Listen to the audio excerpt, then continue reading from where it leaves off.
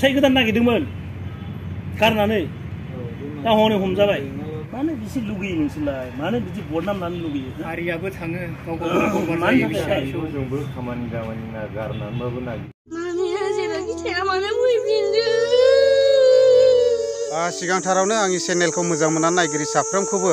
आंनि अननाय आरो सिबिनायखौ जासिहरनाय थाबाय आरो बेजों लोगोसे मोनसे गोजोनथाव खौरां लोगोफोर बेनो जादों जाहैबाय आङो दाख्लै बावैसो जेब्ला चिरां डिस्ट्रिक्ट खयलामयला BCDC सिङाव थानाय बागानसालि गामिनिफ्राय बेबायदिनो सासे आइजोआ गावनि न'खरखौ थेर बेथेर खालामनानै गावनि अनथाव बाथाव सानै गथ'खौ गारनानै थांदोंमोन गुबुन जायगायाव दा बे आइजोआ हमजानाय जाबाय लोगोफोर दा आङो नोंथांमोननो भिडिअनि गेजेरजोंनो क्लियार दिन्थिनो नाजागोन नोंथांमोना भिडिअखौ नायलां अब्लानो गासैखौबो नुलांजोबगोन आङो भिडिअ क्लिपफोरखौबो सालायनानै होगोन आरो बेजों लोगोसे सोरबाफोर आंनि चेनेलाव गोदानब्ला आंखौ अनोब्ला साबस्क्राइब खालामनानै लानो हागोन जाहाथे आंनि गोदान भिडिअ आपल'ड खालामनायखौ नोंथांमोननि सिगांग्रो नटिफिकेसन मोनहैयो बेजों लोगोसे नोंथांमोना आंनि भिडिअनि गेजेरजों नुदों जानांगौ बेबो चिरां डिस्ट्रिक्ट दावराइबारि गामिनि बबानि अनसुलि बिसि बेबो सानै गावनि अनथाव बाथाव गथ'खौ गारनानै गुबुन जायगायाव खारदोंमोन दा बेखौबो मोननायनि लामायाव फैबाय लोगोफोर आङो एसे उनावनो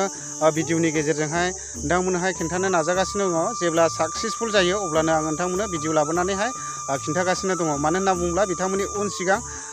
फल' खालामगासिनो दङ बेखौबो मोनसिगोन आं नोंथांमोननो भिडिअनि गेजेरजों क्लियार होगोन आरो अब्ला लोगोफोर नोंथांमोना भिडिअखौ नायलांदो हेल' औ आदा औ ओमफ्राय गोमानाय मानसिखौथ' मोनफिनबाय होनदों दा ने गोमानाय मानसिखौ मोनफिनबाय आदा औ ओमफ्राय ओरैनो बबेयावथो दंहैयोमोन बेलाय बेयो कर्नाटकआव दङमोन माबायाव बेलुर क्रस होननाय मोनसे हान्थिफालि होननाय जायगायाव दंमोन बियो आच्छा हान्थिफालि होननाय जायगायाव ओमफ्राय जेनेबा दा नोंसोर मानसिखौ लाबोखाबाय दा ने मानसिखौहाय लाबोनानै जों दा बड' वाइफाइ स्टेसननियाव आखाइयाव गथायबोबाय आच्छा ओमफ्राय दा जेनेबा बेखौ जे जायबा लांदोंमोन ना ओमफ्राय बे मानसिखौ लोगो मोनहैयाखिसै नोंसोर जेनेबा बे मानसिखौहाय लाबोनाय मानसिया जोङोहाय माने दस्रा कन्टेक्टआ जोङोहाय लामायावसो लाबोना होफैदों नालाय ओमफ्राय जों लाबोना होफैनायखाय जों फोथायाखै गोसोखौ नायहैनानै एसे रुमाव थांनानैहाय हौवाया गैया आरोखि खारबाय दा जेनेबा हौवा खारनानै थाबाय ने ओमफ्राय दा हौवाया खारनानै थाबाय ओमफ्राय ओरैनो हौवाया अबेनि होननानै खिथादोंमोन बियो हिनजावा जेनेबा बे हौवाया दा खोन्थानाय बायदिब्ला ओरै सराइबिल साइडनि मथाबिल साइडनि होननानै खोन्थादों मा नाम दं इबा नामा अरन्जय होनो जाहैदों आच्छा ओमफ्राय गामियावहाय मिथियो लामबु होननानैहाय ओमफ्राय ओरैनो मा मावदोंमोन बिसोरो ना मावाखैमोन ओरैनो दंहैयोमोन दा बिदिनो साननैसो बायदि जाहैबायमोन बे जायगायावनो आच्छा ओमफ्राय दा जेनेबा नोंसोरथ' लायनाय जाहैबाय ने ओमफ्राय नोंसोर थानायनिफ्राय बेसे गोजान जायोमोन बिसोरो जों थानायनिफ्राय आदा 12 घन्टा नाङो 12 घन्टाखा ने ओमफ्राय दाथ' जेनेबा मोजाङै मोजां मोनबोबाय ओमफ्राय दा जेनेबा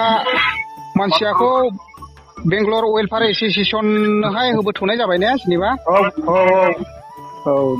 दा साबायखर थाबाय फंबाय नोंसोर ओरैबायदि परिश्रम खालामनानै लायबाय गोजोननाय थाबाय ओमफ्राय आङो बेखौनो मोनसे खावलायहरनो गोसो जाबावदों आरोना दा जेसेबांनाखि जोंनि ओरैनिफ्राय बेबायदि खारलाङोना ओरैबायदि अन्थाव बाथाव गथ' गारनानै थांखायो न'खराखौ थेर बेथेर खालामनानैहाय थाङो आरोना ओमफ्राय दा बे उन्दै गथ'फ्राथ' बिमा बिफानि माबाफोरखौ जेबो मिथियाना बिमानि सायाव ओरैबायदि दाहा थायो दा बेखायनो बिमानि अननाय बायदि दा आङो बेखौनो नोंजोंहाय रायज्लायनायनि गेजेरजों आङो रिकुवेस्ट खालामहरबावनो गोसो जादों जाहैबाय जेसेबांनाखि आंनि फल'वार्सफोर बिदेशियाव थानाय बेबायदिनो समावहाय भिडिअ होनाय जायोब्ला नुयोब्ला कन्टेक्ट नाम्बार होखानाय जायो अननानैहाय कन्टेक्ट नाम्बारावहाय डाइरेक्ट कल खालामनानैहाय खिथाहरनो हागोन आरोखि आदा ओमफ्राय दा जोंनि बर'नि गेजेराव ओरैबायदि लाजिथावना जानानै दंखायो सानफ्रोमबो हिनजाव खारनाय हौवा खारनाय बेबायदि आरोखि दा बेखायनो खावलायहरदों आरोखि आं सिखोमानानै दोनना लाबानो फ्राय खिन्थु दासिमावहाय नोंसिनि अननाय बायदियाव जेनेबा बेखौबो मोनफिननाय जाबाय नै दा ओंखायनो बाखि माखासेफोरखौबो नुयोब्ला कन्टेक्ट खालामनानैहाय खोन्थाहरनो हागोन आरोखि दा बिराद मोजां मोनदों आंबो नोंसोरनिसिम ओमफ्राय बेबायदि परिश्रम खालामनानै लायनायनि थाखायहाय आरोखि ओमफ्राय दा जेनेबा बेखौहाय लायगोननि माबा मोनसे लाहार फाहारखौथ'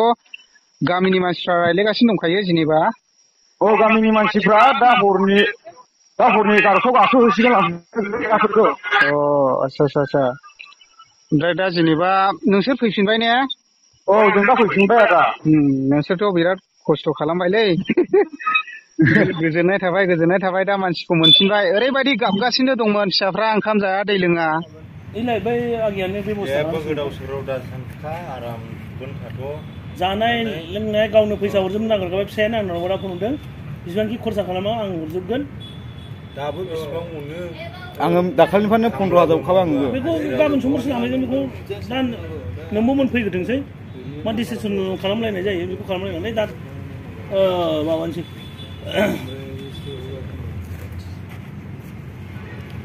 फिसाइ गोदान नागिरदोंमोन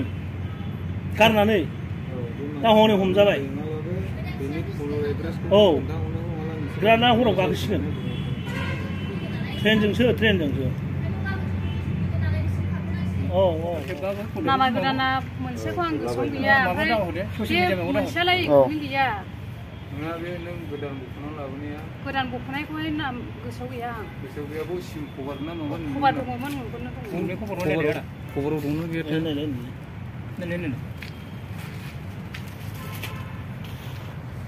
मानो बिदि लुगैयो नोंसोरलाय मानो बिदि बदनाम लानो लुगैयो हारियाबो थाङो गाव गावनि जोंबो खामानि दामानि गारनानैबाबो